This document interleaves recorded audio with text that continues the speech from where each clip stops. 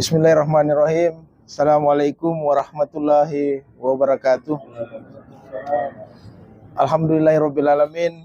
Pada kesempatan malam Selasa ini kita berkumpul kembali dalam rangka membahas apa tadi judulnya, Pak? Menghadapi kekalahan. Saya kira judulnya sangat menarik karena kita ini mau menghadapi kontestasi politik yang sebentar lagi akan dilaksanakan.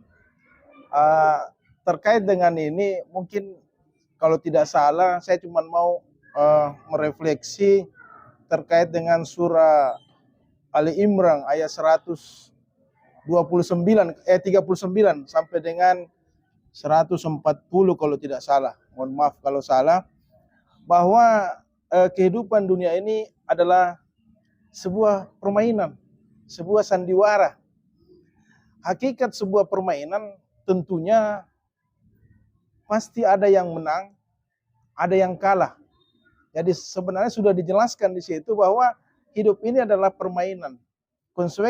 Konsekuensi dari sebuah permainan ada yang menang dan ada yang kalah.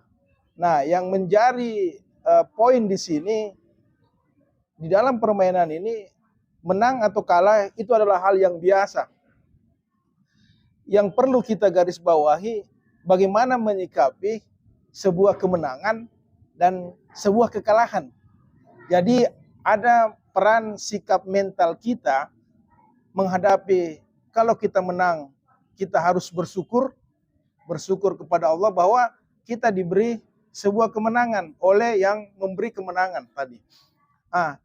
Jikalau sebaliknya kita mengalami suatu kekalahan, kita disuruh untuk bersabar terhadap sebuah kekalahan itu. Jadi menurut saya poinnya menang dan kalah adalah hal yang biasa, tapi bagaimana kita sebagai pribadi, sebagai kelompok, sebagai organisasi, bagaimana menyikapi itu, sikap mental kita, akhlak kita jika kita menang ataupun kita kalah. Terkait dengan itu, kalau saya tidak salah, kalau kita kalah, karena ini tagline-nya adalah menghadapi kekalahan, saya kira kalau kalah, yang pertama yang kita harus lakukan adalah bersabar itu sendiri. Yang kedua, kita melakukan evaluasi. Evaluasi terkait dengan penyebab-penyebab yang mengakibatkan kita mengalami kekalahan. Saya kira kekalahan atau ketidaksuksesan itu adalah hal yang tertunda. Kalau kita kalah, suatu waktu kita akan menang. Assalamualaikum warahmatullahi wabarakatuh. Ada kata yang begitu viral yang kita sering dengar, baik di kalangan remaja, kalangan move on. Sedikit-sedikit masalah, anak-anak kayak move on.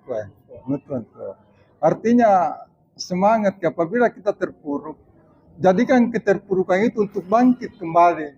Jadikan pembelajaran kesalahan itu, kekalahan itu untuk memperbaikinya, untuk melangkah selanjutnya. Itu yang sering diingatkan, move on. Keren sekali bahasanya move on. Ya, artinya ya bahasa sudah jadi masuk bugis. Sudah bahasa mungkin bahasa itu adalah jadi jangan menjadikan kekalahan kita sebagai untuk kita sudah tidak bisa bangkit lagi, untuk tidak bisa merubah diri kita untuk selanjutnya. Jadi itu mungkin arti mutu itu adalah kompetisi yang mungkin yang terjadi di kehidupan kita, mungkin di sekitar kita, di lingkungan kita, walaupun itu ada suatu kompetisi di dalam suatu permainan, ada kalah, ada menang, dan yang kalah itu jadikan kekalahan itu supaya selanjutnya bisa menang. Mungkin itu, dan yang menang itu kita sudah jelaskan tadi sama bapak-bapak bahwa yang menang itu bersyukur bahwa itu anugerah dari Allah Subhanahu wa Ta'ala dari kemenangan itu. Tapi kita perlu ingat di dalam kehidupan kita, Allah memperingatkan kita 5 kali sehari lewat muazzin. Hayya alal falah, mari menuju kemenangan. Ini isyarat dari Allah Subhanahu wa Ta'ala untuk hamba-hambanya mengajak tiap waktu, mari menuju kemenangan. Sesuatu isyarat mungkin dari Allah Subhanahu wa taala bahwa apabila hamba tidak akan menang dalam pertarungannya di kehidupan dunia, maka dia akan celaka di ujung kehidupannya walaupun mungkin di umur akhir.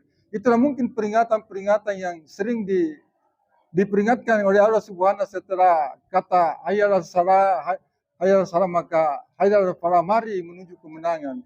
Jadi konteksnya ada yang kita lalui untuk menuju kemenangan itu. Tidak semata-mata kemenangan itu diraih, hanya duduk, hanya menunggu. Ada usaha untuk mendapatkan kemenangan itu.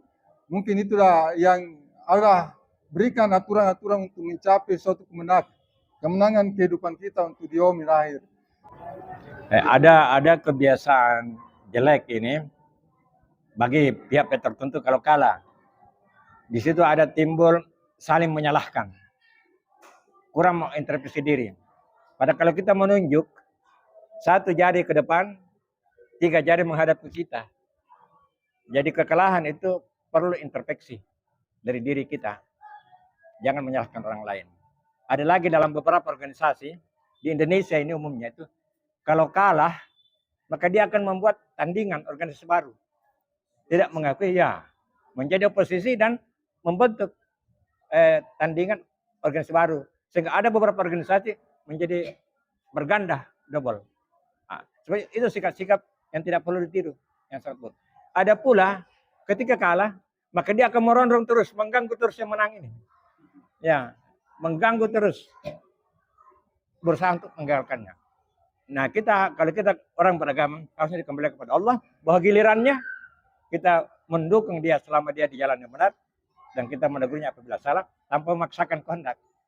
Nah, agama kita mengajarkan yang demikian. Saya mau menambahkan terkait dengan menyikapi. Jadi sebenarnya fenomena yang terjadi seperti yang dijelaskan oleh narasumber kita, bahwa itu adalah suatu hal yang terjadi. Cuman di sini mungkin kita perlu ada penekanan. Saya bisa mengatakan bahwa kita butuh kecerdasan. Jadi seperti di dalam bukunya Ari Ginanjar, itu ada 3 kecerdasan. Jadi bagaimana kita menyikapi kekalahan ini, terkhusus di permainan di dunia ini, yaitu sikap mental. Jadi ada kecerdasan yang kita masukkan, dan kita menggunakan pendekatan spiritual. Nah, kalau kita menggunakan spiritual, bahwa sebuah kekalahan jangan kita masukkan ke dalam hati. Karena kalau dia masuk dalam hati, itu dampaknya akan luas. Seperti tadi yang dijelaskan, bahwa semua kelakuan-kelakuan yang negatif akan kita lakukan kalau kita kurang memasukkan kekalahan itu ke dalam hati. Jadi di sini dibutuhkan sebuah kecerdasan spiritual, kecerdasan mental emosional, yang mengambil peran bahwa menghadapi sebuah kekalahan itu adalah hal yang biasa. Jadi efek dari kekalahan itu tidak mempengaruhi kehidupan sosial. Contoh misalnya di olahraga. Taruhlah PSM. Kalau PSM dikalah, penonton yang begitu fanatisme itu melakukan hal-hal yang negatif, bakar dan seterusnya. Nah, ini yang perlu kita menyadari, bahwa sikap mental menghadapi kekalahan khususnya di dunia ini adalah kecerdasan spiritual, emosional, dan itu sangat kita butuhkan. Kalau kita tidak mempunyai kecerdasan itu, ya itulah menghadapi kekalahan selalu memasukkan ke dalam hati sehingga muncul hal-hal yang negatif. Saya mau mengatakan bahwa menghadapi kekalahan maupun kemenangan, kita selalu berpikir positif. Sehingga hal-hal yang dampaknya itu tidak akan berpengaruh. Kalau kita menang, dampaknya yang bisa timbul adalah takabur. Kalau kita kalah, dia akan pesimis. Nah, tadi sudah saya mengutip di Al-Imran, kalau saya tidak salah 139, menghadapi sebuah kekalahan, jangan lemah. Bahwa umatnya Nabi itu jangan lemah, harus kuat. harus fight dalam menghadapi permainan di dunia ini.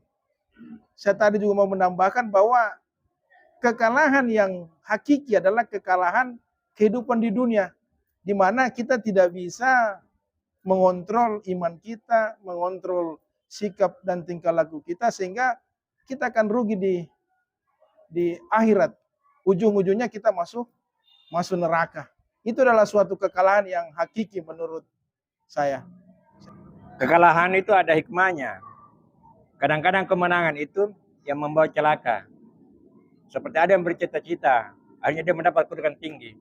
Tapi itulah yang membawanya dia ke penjara. Sebaliknya kekalahan, seperti yang dialami oleh Nabi Yusuf, dimasukkan di dalam sumur, itu kan kekalahan. Bukan lagi di atas tanah, tapi di bawah dasar. Tapi itu yang membawa dia menduduki tahta di Mesir. Jadi kalau kekalahan itu disikapi, maka akan ada hikmahnya. Kemenangan kalau tidak disyukuri, maka itu akan membawa bencana. Jadi kadang-kadang kita berharap untuk menang, kita tidak menang, Allah menyelamatkan kita. Buktinya sekarang kita lihat, beberapa pemimpin kita di daerah ini yang menang. Tapi kemenangan itulah yang mengantarkannya masuk penjara. Jadi ini pembelajaran buat kita bagaimana menyikapi kekalahan, bagaimana kita menyikapi kemenangan. Jadi bukan kalah dan menang itu yang menjadi persoalan. How to respond. Bagaimana kita merespon. Kalau kalah kita bagaimana bersikap, dan menang kita bagaimana bersikap. Saya kira itu. Terima kasih. Assalamualaikum warahmatullahi wabarakatuh.